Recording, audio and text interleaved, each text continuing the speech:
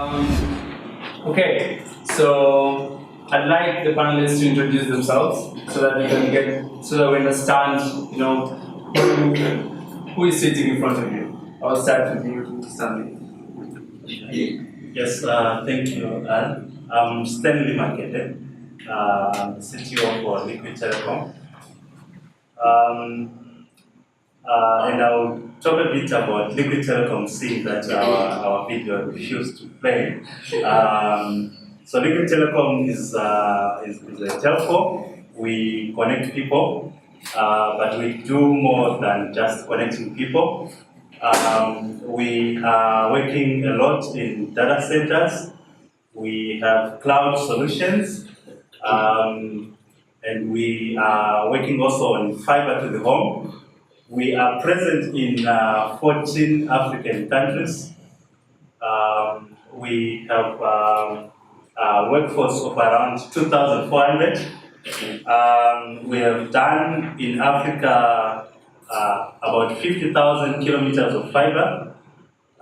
And just recently we commissioned the Cape to Cairo fiber link inland. And yesterday, with our partnership with Microsoft, we also launched the first Azure servers in Africa. That's a bit about it.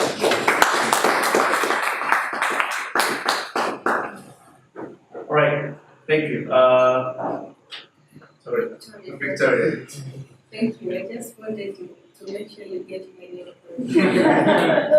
So, thank you for this opportunity. My name is Victoria Munguti.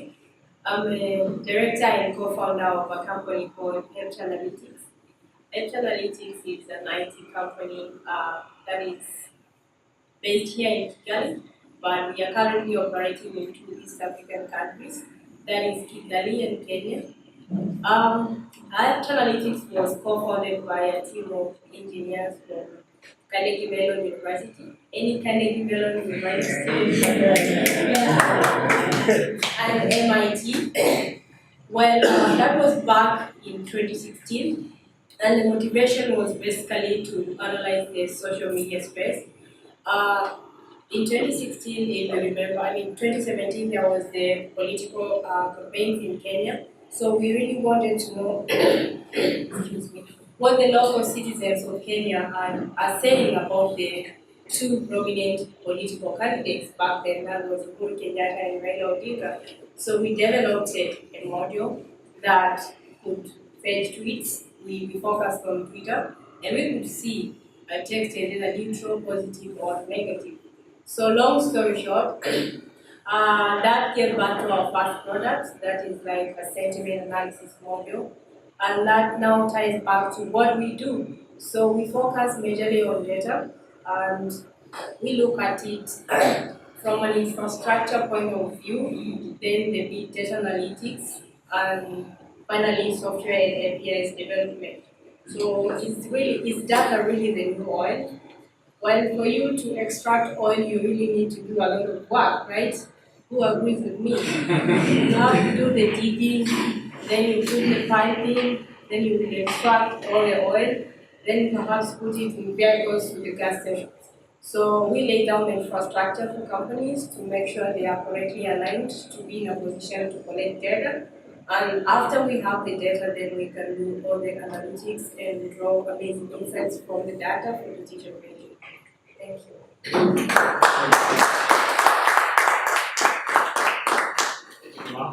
My name is Clement Uwajeneza. I'm the country director for Andela Pan-Africa Hub, or Andela Rwanda. I'll come back to that, but Andela helps fast-growing, best technology companies around the world to find ease at scaling their engineering team with Africa's most talented software developers. So we recruit developers in 2 channels. Either we recruit them and they're already experienced, or we recruit them and they aspire to become world-class developers.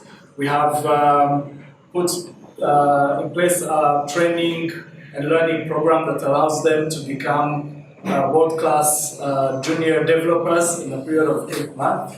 With that, we place them with the best technology companies across the world, mainly in the US, Europe, but also Africa, with the companies that already have engineering team and need to grow their developer team.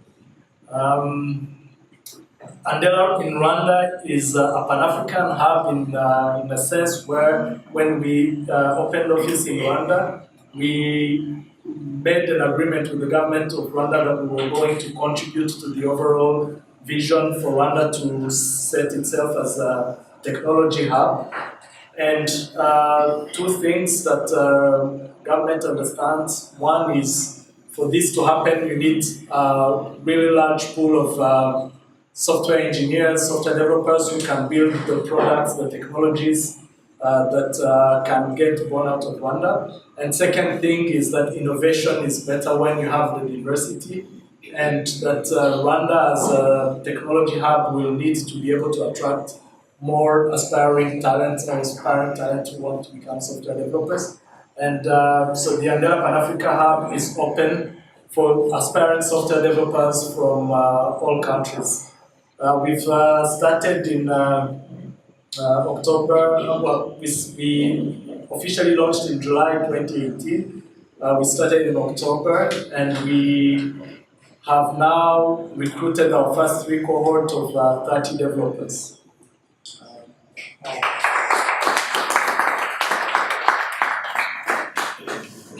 All right, David, I know that you had airtime here, and if there's anything you want to add? No? Happy to be here. Okay, all right, cool. When we talk about the future of tech, we cannot talk about it without skills and infrastructure and institutions around it. Otherwise, it will only be making, we'll be here just talking about things that are high and things that are just, we'll be talking about jargon the whole night, the whole evening. But, with the panelists here, I feel like it's a little bit balanced. The people in the education sector and the people who are also in the private sector and people also putting efforts in the infrastructure. I wanted to ask, can we predict the future of tech in Africa without furnishing the necessary focus in the continent, in those 3 areas? And, Yeah, we're trying. I think we're trying to predict. I think one of the things that we have on the continent is we have 54, depending, maybe 55 different jurisdictions to deal with and a rapidly growing population. I think Rwanda has a great governance structure. That's not the case in some of the other countries. And I think that it's a challenge, but I think that you laid out some of the points that the different players in the ecosystem, whether it's education, government, industry, startups, and regulators, need to all kind of come together to build a future in collaboration. My belief and our belief at Andela is that if you want to predict what the future of tech will look like, look at what software developers are working on today. And if you look at what software developers are working on today, is really what's going to be driving the future of tech, because it's driven by what's being developed. So even though it's difficult, I believe that there are some key principles that will drive what technology will see more and more coming into our space or into our day-to-day lives. And the first is our constant thirst to be more connected with one another and exchange information and things like that. And second is we want to get great service. Before joining Andela, I was leading a company called Irembo that helps citizens get any government service. But technology today, the way it evolves and the way it will be evolving in the future, is just to get us to even find ease at getting all the services we get. Do I want a specific lunch right now? Do I get it in 5 minutes? So this will continue to remain as a core driver of what the future will become. So if you look at these core principles, and of course last is we want to get this at the cheapest price possible, and whatever we build and whatever the future will be when it comes to technology will be around that. But what we do at Andela is really making sure that we contribute to building what this future looks like, and by developing the future of the next generation of technology leaders, we believe that we will be meaningfully contributing at that scale because we are doing what we are doing at that scale.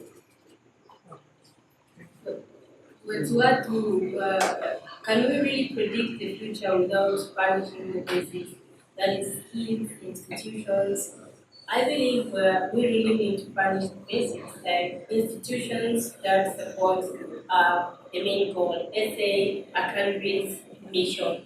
And I believe institutions like Andela will be critical when it comes to passing on these skills to students, because technical institutions already exist, but you find that they are more into theoretical and kind of a learning.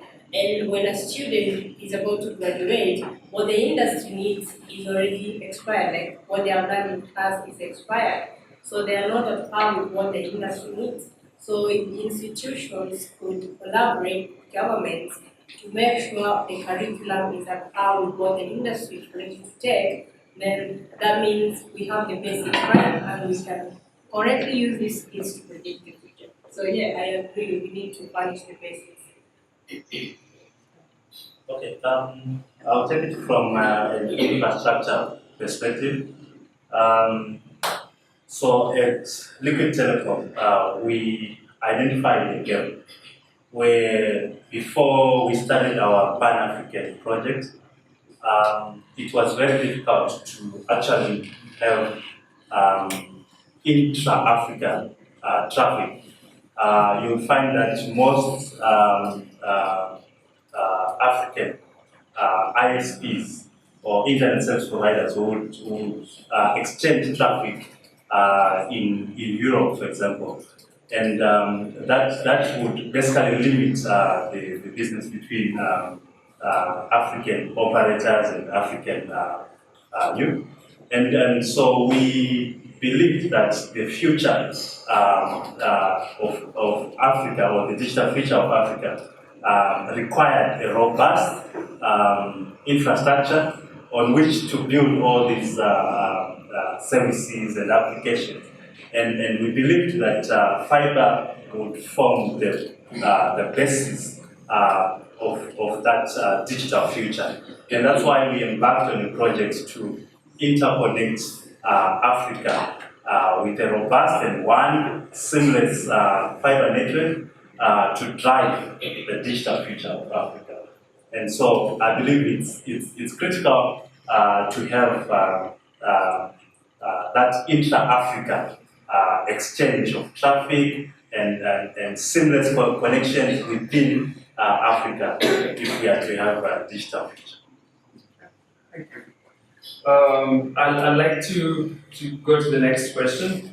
Today, as it stands, women in Africa hold a third of all businesses in the continent, and 1 in 5 people in most countries are in wage kind of jobs in the continent. But now I want to actually push this to the two of you, the gentlemen who are in the education tech sector.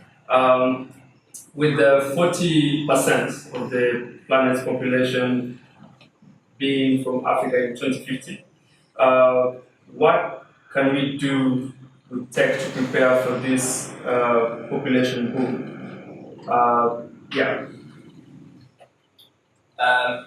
So I think that at Carnegie Mellon, I'm part of our curriculum design review organization, and we kind of debated a bit of kind of what Victoria talked about, that there is a gap between what the industry wants today and the theoretical basis of what will be consistent over time.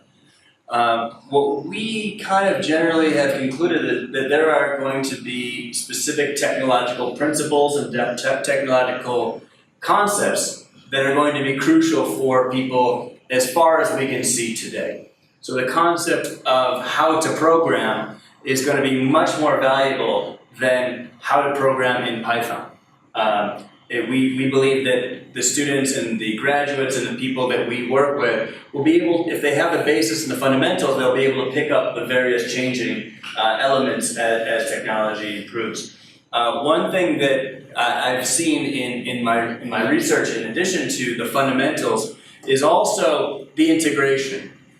So there will be dozens of different types of technologies that have already been invented, already been developed, already been proven out, and plugging them together, getting them to work together, the different pieces of the puzzle, and offering that as a seamless business, I think is going to be something that smart entrepreneurs do. So that they don't have to reinvent the wheel, they can really just snap the pieces together to make the metaphorical car or vehicle go. Am I crazy? No, not at all.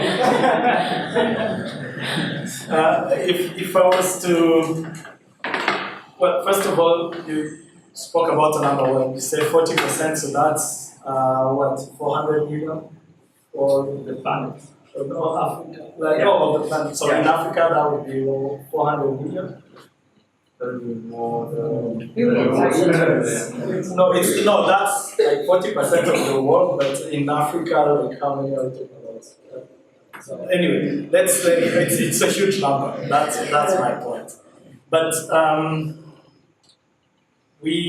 what we would love to see is that there are hundreds of Andelas that are out there that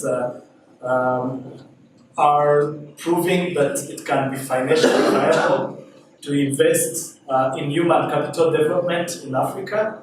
And that what we are doing today is really to show that this model is working and we are proving that it can work. If you look at the track record that Andela has had, we have now, in the last 4 years that we've been in existence, recruited 1,200 software developers in 4 years.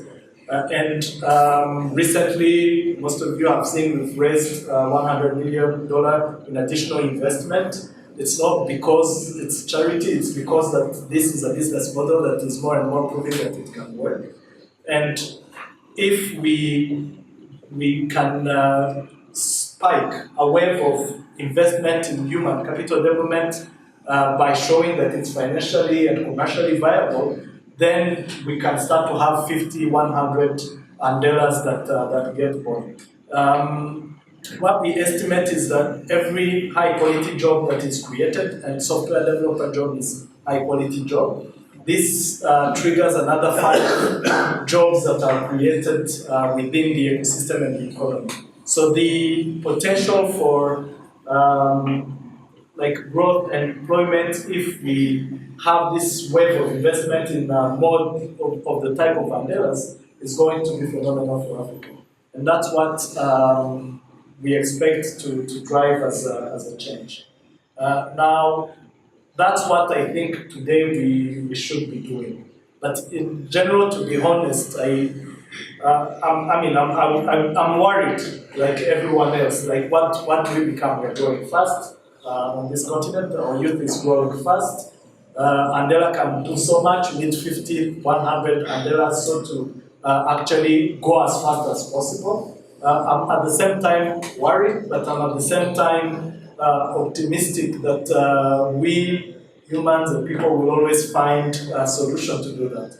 And this is really how we start to find mechanisms so that analytics grows faster and deploys hundreds of developers and data scientists and so who can then also spark other or find like patterns and data that will get us to find new novel models to get more youth to acquire knowledge fast and get deployed fast. So we really have no solution, but what I would say is that some of the movements that are out there, like Andela, can drive this change, and let us all be on board and collaborate so to find how we create hundreds of them. Something from Liquid Telecom.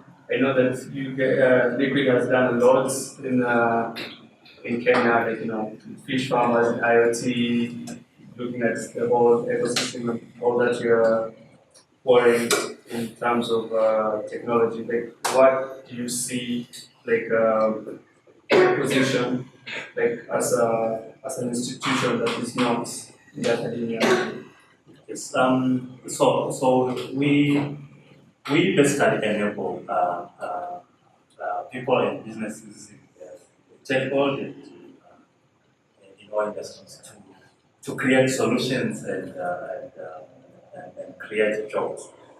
So we are basically building platforms that are supporting the future in terms of the technologies that people will need to use. So we are building data centers. So if we are to have a lot of solutions within Africa, we need data centers. We need to have solutions that are available at low latency. And we are also building an IoT platform, like you said, which we believe will enable people to come up with solutions that will create future jobs and future solutions. Next time. Would you like to try me on that? Okay. We would like to start from your side. I know, so you recently from Xavier, and I know that education alone will not help young people without the right startup ecosystem. Like right now, when you look around, I know that analytics is very new in the Rwanda markets, and like what more could be done to ensure that the talent is in the right platform so that they can innovate for African problems? Well, I believe it's true that education alone cannot give it to you. Cannot give it all to you. You can be a very good programmer or as a developer, and you come up with these cool applications that really solve African problems. But you know how to take your product out there to venture capitalists. You have that confidence to sell your product and convince the venture capitalists to give you the money. These are the people who have the money, right? Yes, you have the education, you have the skills to do or develop the application, but you have that confidence. And besides that, I think most young developers or upcoming talent, with the point where they're failing is you may have education, the skills to do all this. You may also have the confidence to take your product out there, but then when you secure the deal, are you faithful enough to deliver what you promised? Because remember, today it's you, tomorrow is another upcoming talent, and they might be too good than you, but because you were not that faithful to deliver what you promised, then they end up losing. So I think besides education, we need that confidence to take our products out there with young talent, and also the right platforms, like all the participants, like the governments, institutions, they should be supportive. They should be supportive of this talent to make sure, besides them trying to bring out their products and showcase their skills, they have the correct platform like support, funding, to even bring their ideas into reality.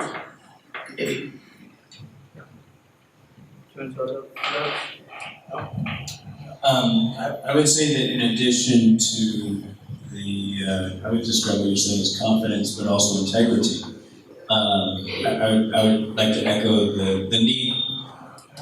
I'd like to echo the need for integrity. I'm trying to echo the need for integrity, right? So integrity is doing what you say and saying what you do and having them be consistent. If I put on my investor hat, if a startup is, if I invest into a startup with a particular plan, and they don't deliver on that plan, or the things just kind of go much lower than expected, in the next round of funding, I'm not so excited to invest.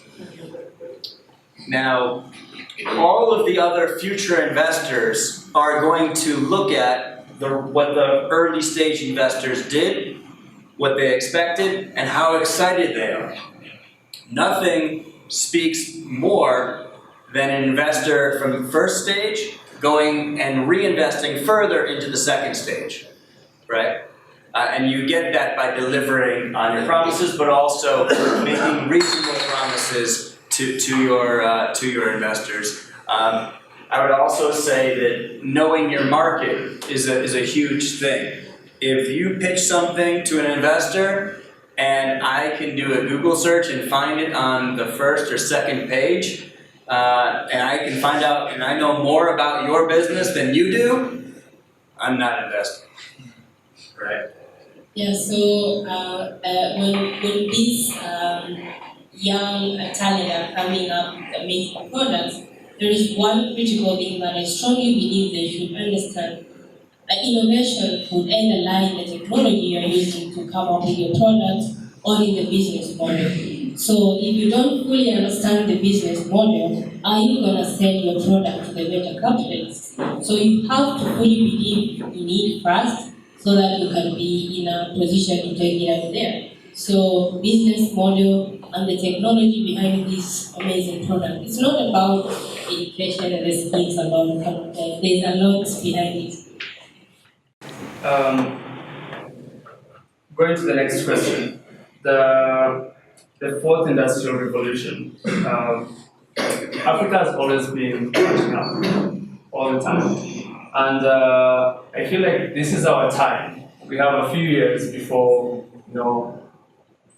we will not be able to catch up, especially with the speed of technology. What does it mean for us into this new era of prosperity for African economies in terms of the fourth industrial revolution? Or is it going to be another case of more developed economies beating us and we'll always be buying what they're producing?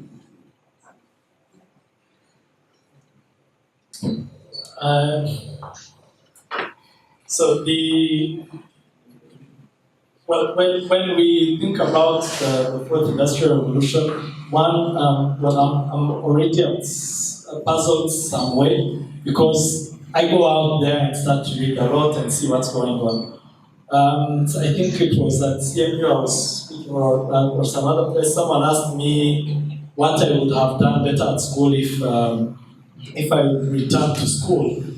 And there is this one thing, I studied computer science and management, but I was really mostly focused on or getting connected to things that will get me to do business as fast as possible when I get out of school. And I wanted to start my company at which I started. It's called Axis. And I just wanted to know how I can build management software, stock management, things like that. Found out open source products that I started the company with, and we grew the company. But really, I was constantly focused on that, and I really constantly failed on all subjects that got me to go deeper into technology, like operating system. It was boring for me because I didn't imagine I would develop, or there will be anyone actually developing a new operating system than Microsoft Windows. I would not go into processors and anything that was really more deep technology and so on. And what I regret is if I was back to school, I would actually go deeper into those subjects and be as connected as that. But I didn't know at that time, I finished in 2005, that there will be the iPhone, that there will be smartwatches like 10 years later, and that I will not understand a thing about how you build a great application for a smartwatch that works, etc., etc. What I'm worried about is when we are innovating or thinking about innovation and things like that, we just think constantly like here, right? We say we are taking the wave of the fourth industrial revolution, but we are building apps for people to access government service on a website or a mobile phone, but that's really just recustomizing things that have been there. But we are not really inventing any new technology or reimagining how the robots that will work on the hilly lands of Rwanda should be done. Like, no one is based here working deeply on this bigger problem that needs more deeper research. So we can, yes, take the wave and accelerate our development by implementing or combining technologies that have been invented anywhere else and get to have an impact, grow faster. But still, I'm puzzled on how we will catch up and be more as innovative as anyone who is really contributing to the fourth industrial revolution. So it's puzzling to me. Maybe some of the best students at CMU here will give us a way, or some professors here will give us a way, but I'm puzzled. Yeah, do we have anyone in the room that is under the age of 17? Okay, so that's the median age. All right, so Noah, we got one guy over there, all right? So the median age on the continent, in East Africa at least, is like 16 and a half. So everyone in this room is really old. When I think about the fourth industrial revolution and when I hear Africa, you can't talk about it without talking about leapfrog, right? Or how the fact that a landline phone hasn't existed and will not exist for anyone under the age of 17. In addition, all of the money that was spent in wiring up this building to the electrical grid, the millions and hundreds of millions of people that live far away from the electrical grid will probably have a solar home system, which is kind of very cool and new in the US, but it will be a normal thing for the majority of the people that live on the continent. Now, when you think about someone with the majority of the population being under 17, and especially if you talk about the rural populations of the continent, what's a bank? Do you guys, when you were 10 or 12 years old, did you have any concept of what a bank is? I sure didn't, right? What's a telecom company? No idea. What's an insurance company? No clue. What is insurance? I have no idea. So the entire concepts of banking, insurance, telecom, healthcare, all of the primary industries that exist that we as adults know today can be completely mashed up and broken down to their core elements for the people that are coming after us. So could it be crazy? Could the next leapfrog be an insurance company that provides you with telecom services?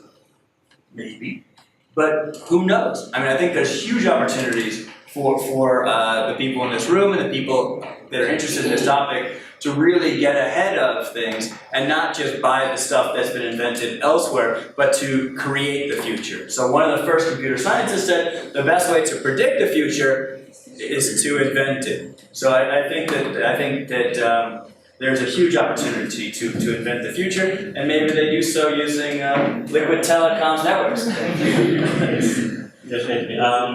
So I wanted to mention just a few things that we believe should drive Africa's participation in this industrial revolution.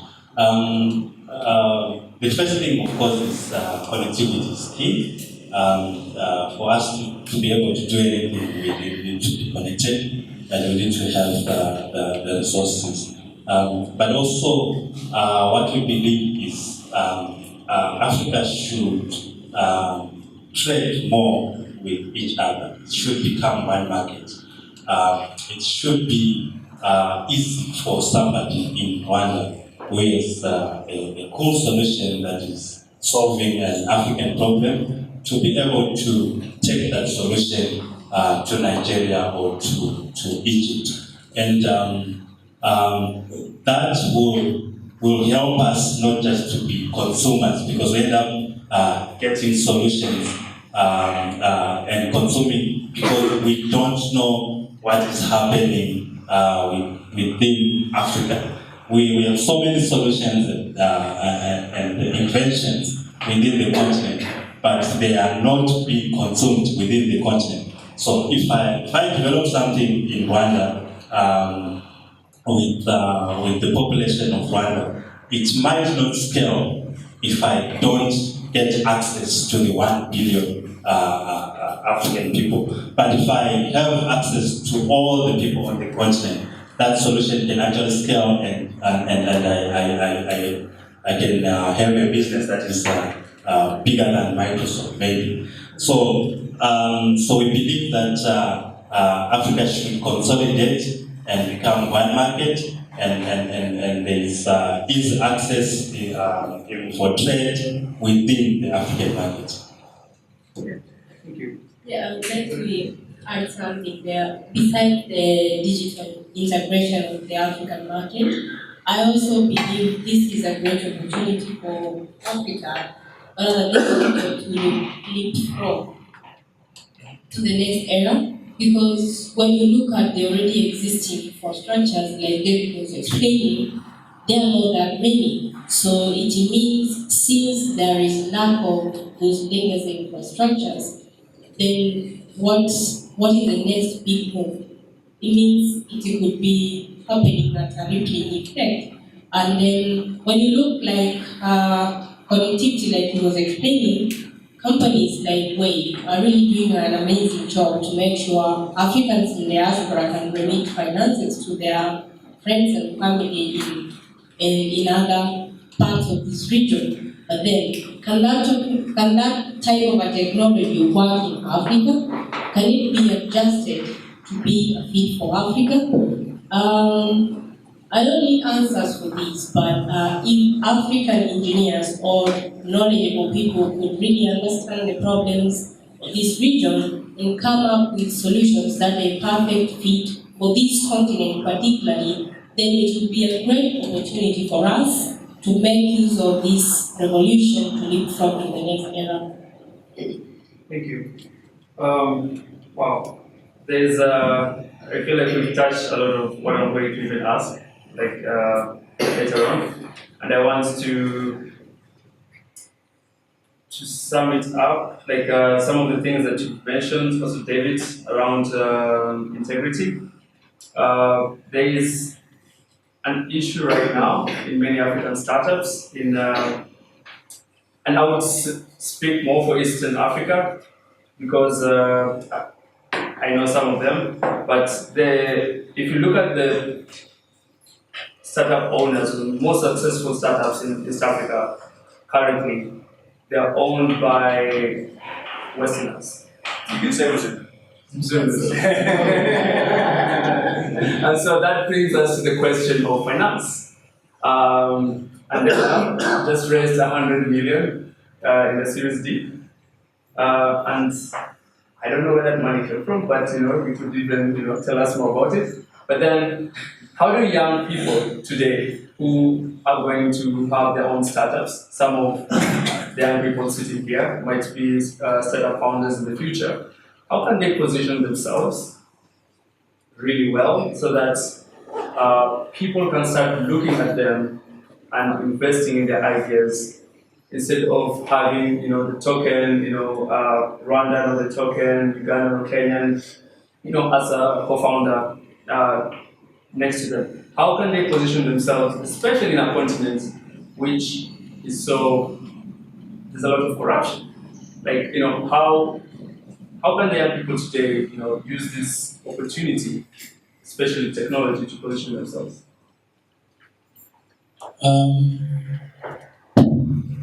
Because you asked about the 100 million. So our investment round, the previous one was led by an investment fund called Generation. It's led by Al Gore, and Generation invests in businesses that shows or demonstrate capability for a sustainable world. What Andela has proved, in addition to the fact that you can invest in human capital and it makes commercial sense, the other is that distributed work can provide an ability for technology companies and any other company to grow fast. And by demonstrating that distributed work works, and therefore you will not need people to commute to work or to office to contribute meaningfully to a specific outcome. This combined what we are doing, investing in human capital plus distributed work, is aligned to the research that a generation has done around the future of work and how work will be more and more distributed. So for us to get to a sustainable world. And that made sense to them to lead this investment round. But talking about startup and having been involved in many startups in the past, there is something, and it comes back to integrity, but it's really doing what you say we're going to do.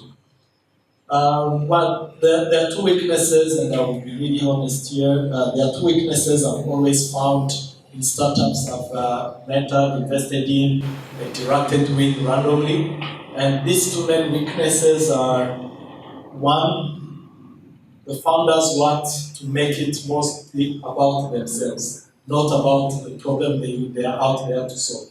When you start to invest in a business or you start an entrepreneurship and you don't see beyond like yourself, it's how concretely this shows up is, oh yes, I want to continue owning my company. Oh yes, I will do it the way I have thought about it in the beginning. Like it's about themselves rather than being about, am I really connected to the world? Am I getting as much feedback as I can get? Am I trying things as fast as I can try and iterating as quickly as I can iterate? So for me actually to deliver what I said I will deliver, this like making them about themselves prevent them to do the delivery, the execution, and really getting as much feedback, getting connected to or listening to the people, to the clients, those who are trying to solve a problem for, and really making it around the hype of one being an entrepreneur. So, second challenge is the learning process that one needs to go through for them to succeed within their startup. Like you are starting today, as an entrepreneur, you need to constantly be learning. One, there is only one thing that you build. Maybe it's this small app that you have put out there, and someone or two have tried it and said, "Oh, this is cool." But how do you really get meaningful, painful feedback? But also learn first, what will I need to do on this technology if it's to be used by 1 million people? But by the way, if that's the case, what do I need to learn and how do I need to develop myself as an entrepreneur if I am to lead a company of 50 people who are serving 1 million clients? So these questions are the most important, and learning constantly is the most important. Recently, an entrepreneur came to me and said, "Can you be on my board?" I said, "Yeah, I don't have time this day." He insisted, and I like people who insist and are really strong about something. Then I told him, "You know what? I'm going to give you 2 books to read. If you read them and come back to me and we discuss them and we exchange around them, then I will accept to be on your board." It has been 6 months now. So basically, and generally he loves what he wants to do, but you can't do it without learning, and you can't be replicating things people have done before if you just can't read and see how they have done them before. Yeah, I think if I can add to that one, so if I put on my angel investor hat, I probably put money into 70% companies that are people from usually East Africa, and then 30% people from Wazoo. Yeah, or Wazoo. And I would say that in the West, so I invest across. So in the West and in the US, the first round of funding is usually the savings of the entrepreneur, plus what's called friends, family, and fools. Very good, yes. And that doesn't really exist yet here on the continent. So that's in essence been replaced by innovation contests or entrepreneurship contests or accelerators or incubators or things like that. The thing is, those accelerators, those incubators, those contests have been designed by Wazungu. So the Wazungu happen to be better at reading between the lines and giving the contest and giving the people what they're looking for. So one advice for startup founders that are that don't have the Western background would be one, partner with or receive advice from people who have experience in that area. A second one would be just get really good at reading through these contests and what these different organizations are looking for. One thing that's consistent across most of the contests, most of the competitions, is some sort of connection to these the Sustainable Development Goals from the United Nations. Those happen to be hot button issues, and those would be something to tie your startups to. Now, it does have to be core to what you're doing. No, but if it helps you get money in the door, if it helps you get to the next level, perhaps you should consider it. Certainly, don't sacrifice any of your values or your vision. But getting funding is a game, and learn to play the game. I'm worried actually that's what contributes to them, the entrepreneurs making them about themselves, because winning competition gives the hype around, and then you feel like that you are there, you win competition, but you haven't really, you're not executing, and then it becomes about that hype more than it is about business. But Victoria has funded her business through the best way, revenue. Absolutely. Right. You want to share about that? You've got clients, you got revenue coming in the door, and that's how you funded your business. Yeah, actually, Speaking from experience, I would say one, for you to get those clients to be in a position to onboard them, you really have to be unique at the services you are offering or selling to this particular client. I believe there can't lack another company just like you offering similar services. So you need to have an edge at whatever product or service you're selling.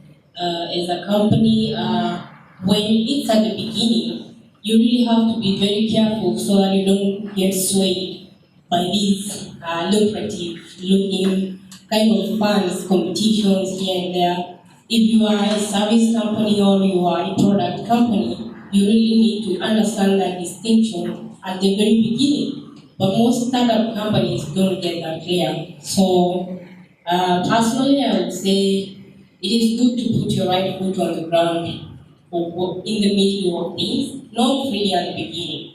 Because at the beginning, you need, for instance, like in Kigali, you need an office place, somewhere where your clients can visit you, somewhere where you can discuss business. So yeah, I fully agree these competitions are really good, and it's good to seek funding, but being unique and knowing where you're going at the beginning is key to any startup company.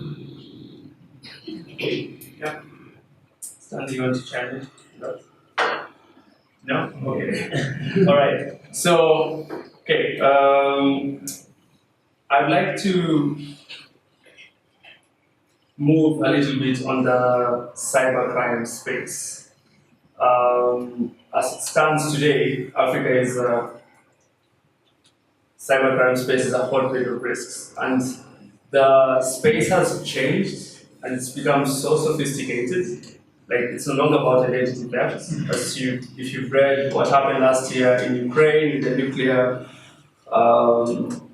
reactor, someone hacked into it, and today, when you talk of cybercrime, someone can hack the pills that you get in your, the formula of the pills that you get in your pharmacy. So, if you want to mess up with the whole country, cybercrime is no longer just, about your computer and your files.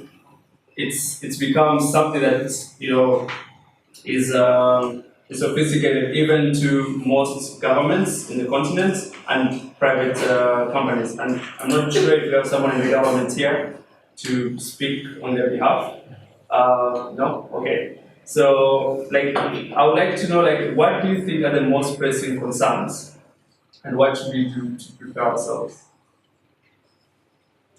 I will go first. I believe here where we tend to think or assume that when an attack is launched, it's really targeting the big guys, the government, the big institutions, but forgetting that even you at the position you're holding as an employee, you could be used as an entry point.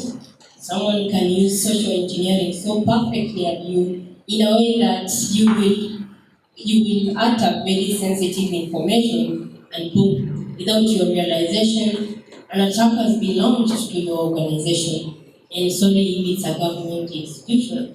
So yeah, I think security is starts with you, and it should be everyone's sole responsibility to be mindful of what you say, what information you treat as private, not to be careless saying I've got nothing to hide. If I walk to you and ask you to give me your ATM PIN, will you? So I believe at some level everyone has something to hide. So security begins with you. Another dimension that will help us to address the cybercrime issues, which is what we are also pushing as the Telecom, is cloud solutions. Because most of the issues are coming out of lack of skills. You find, like she said, most of our vulnerabilities are coming from the user end, and the user end becomes the weakest link. So in every organization, you always find there is the weakest point. That person who doesn't know how what security is all about, how risky it is to be online. And so cloud helps us at least to push a lot of the risk to people who are certified and skilled enough to protect resources online. So as DP Telecom, we are actually pushing a lot of cloud solutions as a way also of addressing cybersecurity. I'm really not good at this question because I've decided that cybersecurity is a subject I've found struggle understanding because I'm more on the optimistic side saying let's make everything technology and but in general she said it right. It's all about us to be aware of the risks in what we're doing within our organization, be mindful of getting people to have and to build this awareness constantly. But in other words, I really would like to be more thoughtful on this. I'm kind of scared. I went to DEF-CON, which is like the big hacker conference in Las Vegas, and they took down a voting machine. They lined up 21 different voting machines and took them down in 45 minutes. That's scary for democracy. It seems like every cryptocurrency wallet company or exchange gets hacked, and then people are faking their deaths, or allegedly. I don't know if you saw that one. And I think that it becomes even more concerning when you think about how counterfeits can damage a market or can damage the reputation of a particular service. Mobile money can be absolutely positively transformational for millions and tens of millions and hundreds of millions of people.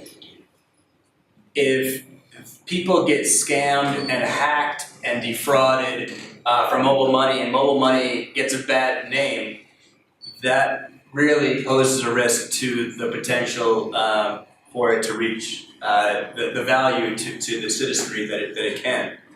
At CMU, we have faculty here teaching classes on cybercrime, both on how to attack as well as how to defend. So it's a bit of a kind of a fun game type of classes, and I'm informally mentoring a professor's cybercrime defense or cybersecurity company that he's probably the first of its type in the region, and I think he will be doing, and the company will be doing well. And then at CMU, we have at least 40 professors focused on this in the US, and we're hoping to increase the collaboration here on the continent with those. So, yeah, guys, lock down your systems, huh? You know, not just for yourself, but for the good of the industry and the good of the potential. Yeah, people forget very fast. Yeah, you can be up today, and tomorrow you forget it happens. So that fear of updating and changing to more secure systems is really bad. And you know, when big institutions get hacked, they don't publicize, hey, we were hacked, no, because it will reflect so badly on them. So I would say that determining who accesses classified level 1 or 0 information is also key. Yes, depends. All right, to the last question, and then we'll have a Q&A with the panel. So we cannot discuss the future of tech without mentioning automation. And automation is not just about blue-collar jobs and white-collar jobs. Usually it's it's about routine. If a job has routine, it does know that soon AI is going to take it.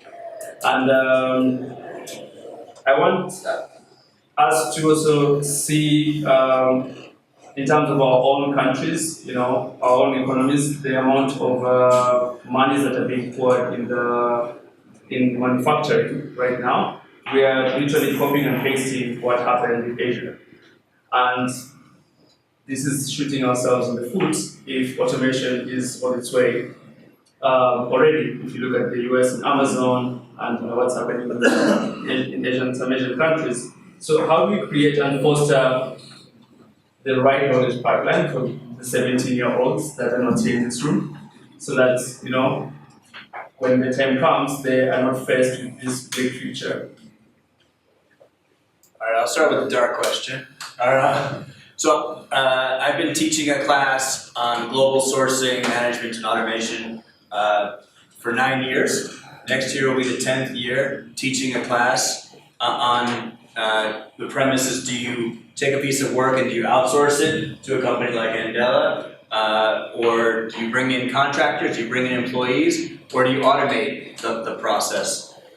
And the day before yesterday, I was in Amsterdam, or Netherlands, and I saw this huge flower market, right, where they would people from all over the world would bring the flowers, and then they would do an auction. And there used to be all sorts of trading, open air trading, and now there's still 3,000 people kind of moving flowers from one place to another. I saw that place, and I saw that Amazon robot system, right? You guys know that one? I'm like, these are 3,000 jobs gone. So what comes next, right? So you have people that are very lowly skilled, people who might be, very technically not savvy. They're not going to be the ones who can fix the robots. They're not going to be the ones who can program the systems. What can they do? And then I remember from about a year ago, a friend of mine was starting a blog in travel. And she asked the question, what could make your travel experience better? And she posted this on Facebook. And everyone's coming up with crazy ideas like a massage from when you get to the airport all the way through to when you get it right. All these different crazy ideas. But all of them had something in common, which was serving other people and making lives better, easier, or more enjoyable for other people. Now, robots can't really do that as well. One of the things that I've seen far more on the continent, working and living here, than I've seen in, let's say, more individualistic economies and societies, is there's so much more support for people here. I think that there's more of a natural ability to serve others here that I think can be adapted with other technologies and entrepreneurs to really make the lives of other people better. So forget about the regular automated jobs that are going to go away. Let's focus on how do we help other people. And I think as long as we do that, there will continue to be opportunities for jobs and for value for people to be brought. At least that's my perspective. It is making empathy one of the best skills for the future. Because the robots won't have empathy. I read an article today that said, do you know Alexa and Siri are female voices? I can set Alexa to be a male voice, but You can. it's boring. The default. I tried. Yeah, it's boring. So the default is female, right? Mom was far more empathetic than dad, at least in my upbringing, right? So that potentially could be one of the things. So I mean, empathy as a service. I mean, write that down. You know, publish a blog on it. All right. But yeah, please continue. Yeah, well, I answered this question this morning, and my example was that the best job of the future will be like taking care of kids, being a nanny, and maybe this job will be actually the most valued job. They should already be the most valued job. We tend to, in Rwanda, it's easier for us to have nannies, house help, but we are entitled to them with the best, with the most valuable thing we have, right? So this will be the jobs that are the most valuable going forward. So that's the only thing I would like to go. Yeah, it's a bit hard to predict, especially when we looking into the future. But when we are talking of artificial intelligence and automation, then definitely some jobs will be replaced, like drivers. If we will have self-driving cars, that's out, right? What else? Warehouse employees, if they are robots, like he was mentioning, then it may not entirely replace, but some little human intervention might be required because a robot might not be able to think as of now about it. It can do moving of objects, let's say flowers from one point to another without getting tired, better than a human being. But let's say a child is approaching, it would have been better through programming to detect some motion and it can stop. But how long is that going to happen? Well, the future of work is quite unclear, but I would say, yeah, I would kind of agree to the last two speakers and say jobs that will consist of helping others, but still those jobs will require irreplaceable kind of skills like critical thinking. So jobs that require critical thinking will be replaceable. Jobs that require what?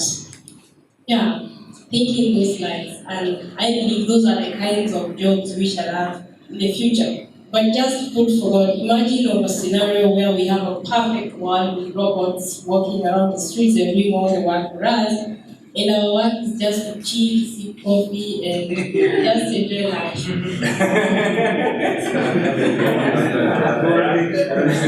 Yeah, that life to be boring. Yeah. So Stanley. Okay. I was going to say, if maybe as Africa we should be, like you was mentioning, we should also be thinking about how do we take our cultural strengths and modernize them so that they are relevant in the coming world of robots and stuff. Just like the way Rwanda took this, the way they are organized in cells and small academies and stuff. I like the way they took it and modernized it and made it very effective. I believe we can also take our cultural values and look at them and say, how do they fit into the future? And how do we benefit and create probably jobs for the future based on our cultural background? Thank you so much, Stanley. That is the end of our panel, and I'm giving an opportunity to the audience to ask questions. your name, where you're from, and then Thank you. I'm called Juliet Anthony and I'm from Uwajeneza University.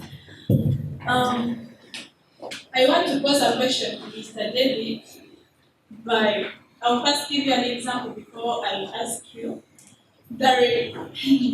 We have an IT teacher who told us a story about a certain guy who was from Uganda, where he helped a certain bank where he could get 1.5 Ugandan shillings from each and every account,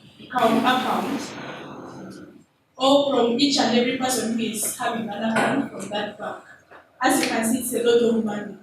This bank went to realize that there is someone who is taking money every month. There is something like transactions that are taking place, which is really something like it was already late.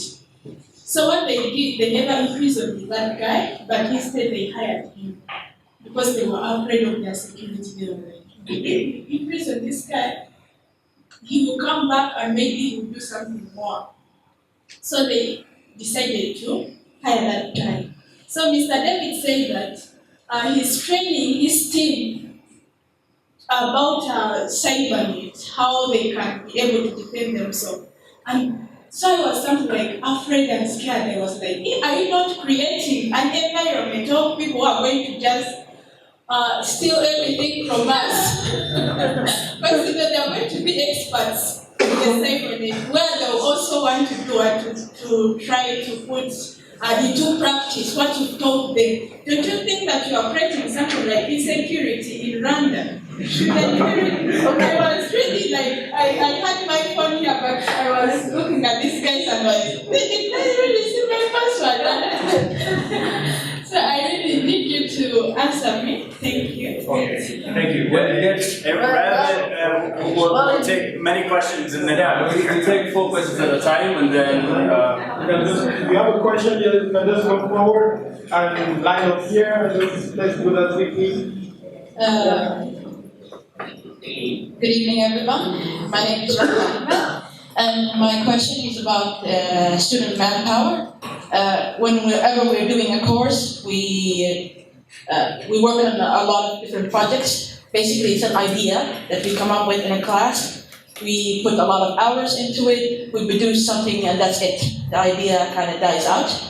So, what I was wondering, is anyone considering a business model in such a way that they actually tap into that student manpower instead of them just working on it for a semester and then letting it go at a later stage? I'm not saying they might be working on a full project, but the idea of involving students even on the smaller scale. Let's say there's a lot of stuff to be done when developing a software.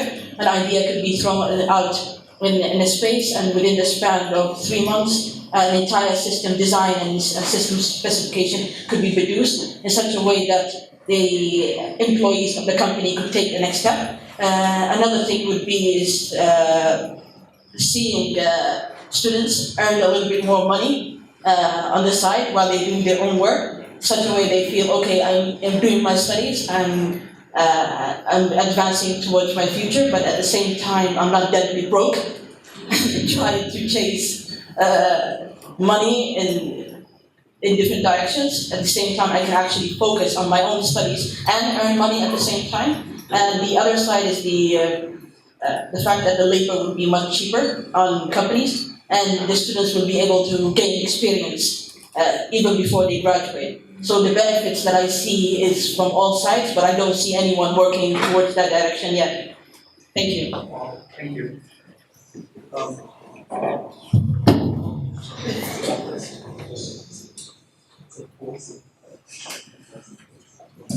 Yeah, good evening. I'm Magede. I'm from Ethiopia. I would like first to thank the panelists for some very kind of points they raised. Gave me a lot of food of thought. My background is software development, and I'm also a statistician. And I've worked for the last 10 years plus for the UN. Probably I might like to stand up.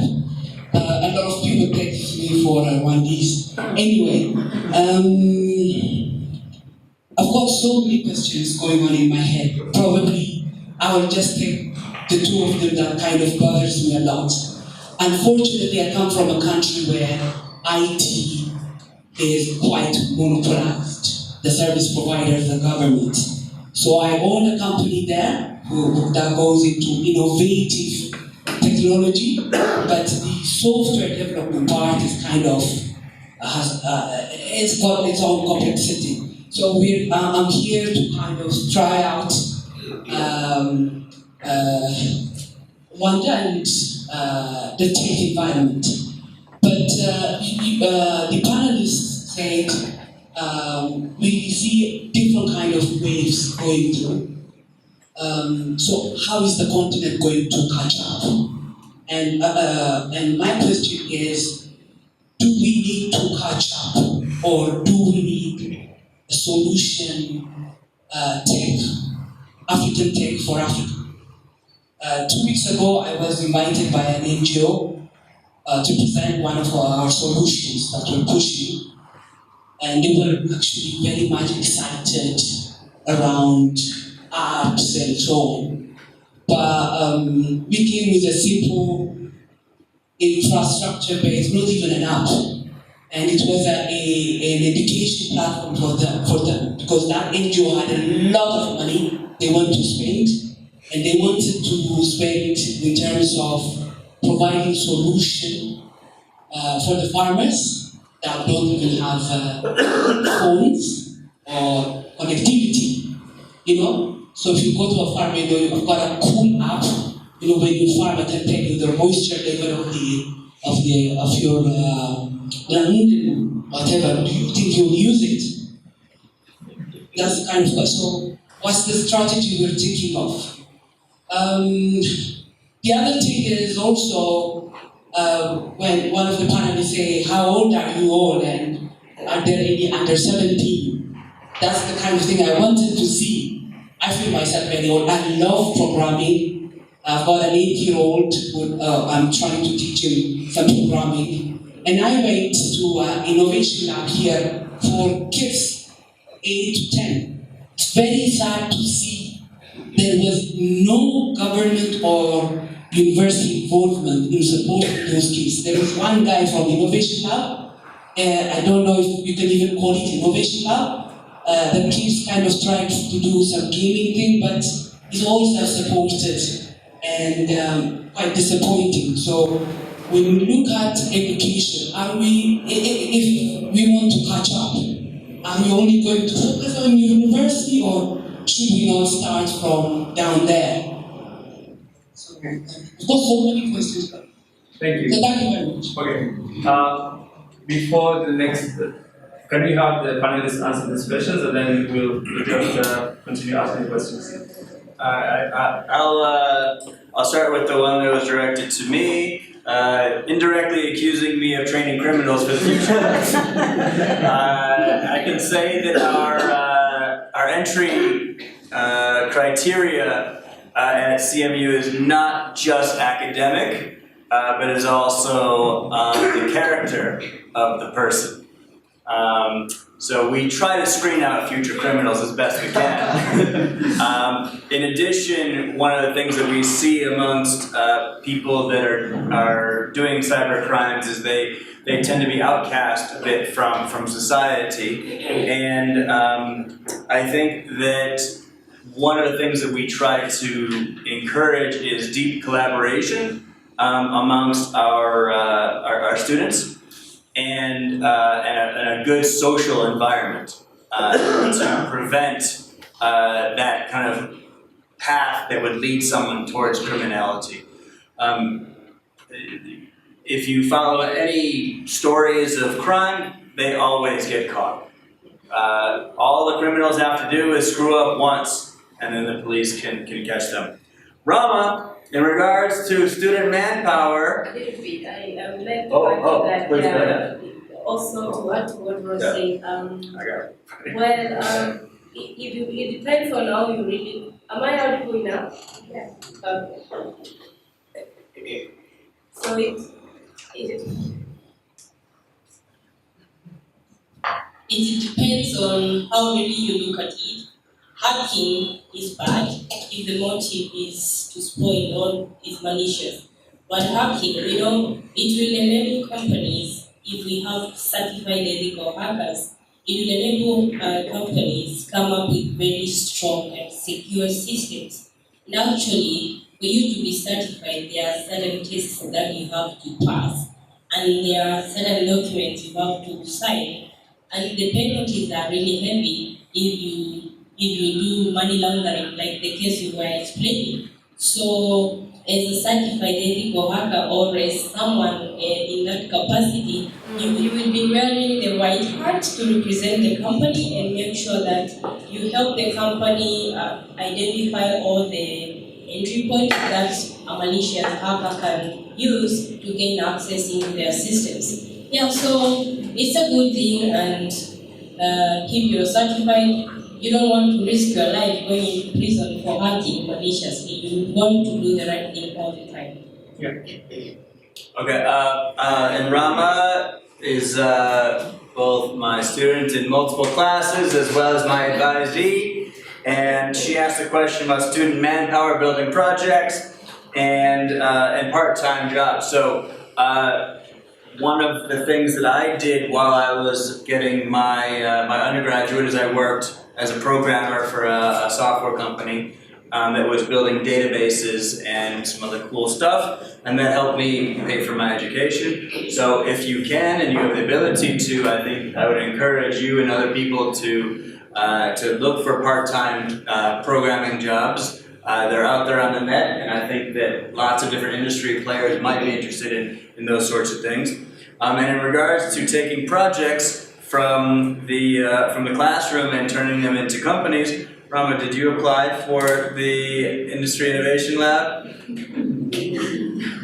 Not yet. Okay, all right, do it by Monday with the idea that you talked to me about. But yeah, I think that we are working on getting a curriculum design where student innovations kind of get built and turned into companies over time. And so we're working on that one. Okay. You guys have student jobs available? Yeah, we're crunched on time, so I'd like the speakers to answer the other questions that were asked. I can touch on the catching up or versus building tech for Africa. Again, here it's just to me, and I'll be really blunt, honest. It's just that it sounds most of the time some kind of some kind of motivational speech that sometimes isn't realistic to me. The reason is catching up is already a hard work because we are so far behind. I mean, some people say fellow African come to Rwanda and start to say, oh, how nice it is and how great work we are doing, developing ourselves. But we are yet, we are nowhere. We are nowhere in becoming a developed economy or a developed country. When you start to look at things like mobile money and people say, oh, that's a cool invention that Africa has leapfrogged. But the mobile money worked in Africa because we didn't have credit cards and debit cards that work everywhere else, and really the solution that we have found for ourselves wasn't needed. But in the end, what we are just doing is moving money from a place to another as fast as possible. So it's not electronic money, e-banking have been working elsewhere. People no longer go to bank branches and so. But in Africa, we're still going to bank branches. And so how do we even get there and we do that? So most of the time, we get light that there is this leapfrog that can happen. We can get solar power electricity faster than the other because there is this huge opportunity. But that's not really leapfrogging. It's just getting electricity, which we should have had years and years back. So let us catch up. It's already hard work. That's how I see it. Yeah, Stanley. Okay. And she's touched on the subject about starting early with the kids. and how we need to support that. And I believe it's something that that we all need to support because I believe our main problem as Africa is in the mindset. We are born consumers, we grow up consumers, and we believe in being consumers. And I think if we start early with the kids and building them the mindset that they can actually make things, they can produce things, they can be makers instead of consumers, then it will actually help to change and position Africa even for the future. Right. Thank you very much. I've been told very many times that time is up, and thank you so much.